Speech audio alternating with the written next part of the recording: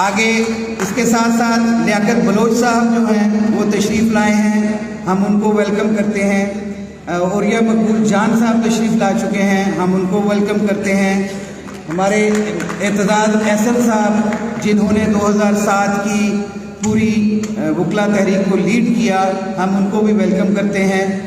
اس کے ساتھ ہی نو and never movement کے بانی نصر شاہد صاحب سے میں ریکویسٹ کروں گا کہ آج کی اس گیدرنگ کو نو اینڈ نیور کی جو غرض و غایت اور یہاں کے لوگوں میں جو اویئرنیس دینے کے لیے وہ یہاں پہ تشریف لائے ہیں، جس چیز کو سامنے رکھتے ہوئے انہوں نے نو اینڈ نیور کا موومنٹ کا آغاز کیا تھا، وہ اپنے ان تمام پارٹیسپینٹس کے ساتھ شیئر کریں۔ میں نصر شاہد صاحب سے ریکویسٹ کروں۔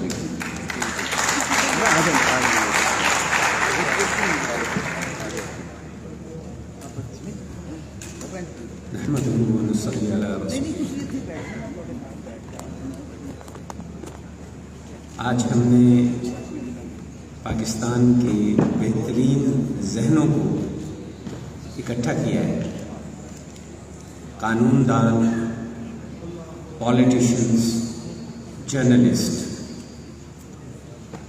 میں آپ کے سامنے ایک عام شہری کی حیثیت سے کھڑا ہوا ہوں۔ ناؤ اور نیور موومنٹ جو ہے وہ عام شہریوں کی موومنٹ ہے، اس لیے مجھے کوئی لیگل بات نہیں کرنی، وہ انشاءاللہ ہمارے لائرز کریں گے۔ کانسٹیٹیوشن کی بات نہیں کرنی، انشاءاللہ وہ ہمارے ایکسپرٹس کریں گے۔ سیاست کی بات نہیں کرنی، میں آپ کو وہ بات بتانا چاہ رہا ہوں جو ناؤ اور نیور موومنٹ کی بنیاد بنی ہے۔ ایک عام پروفیشنل، ایک گمنام آدمی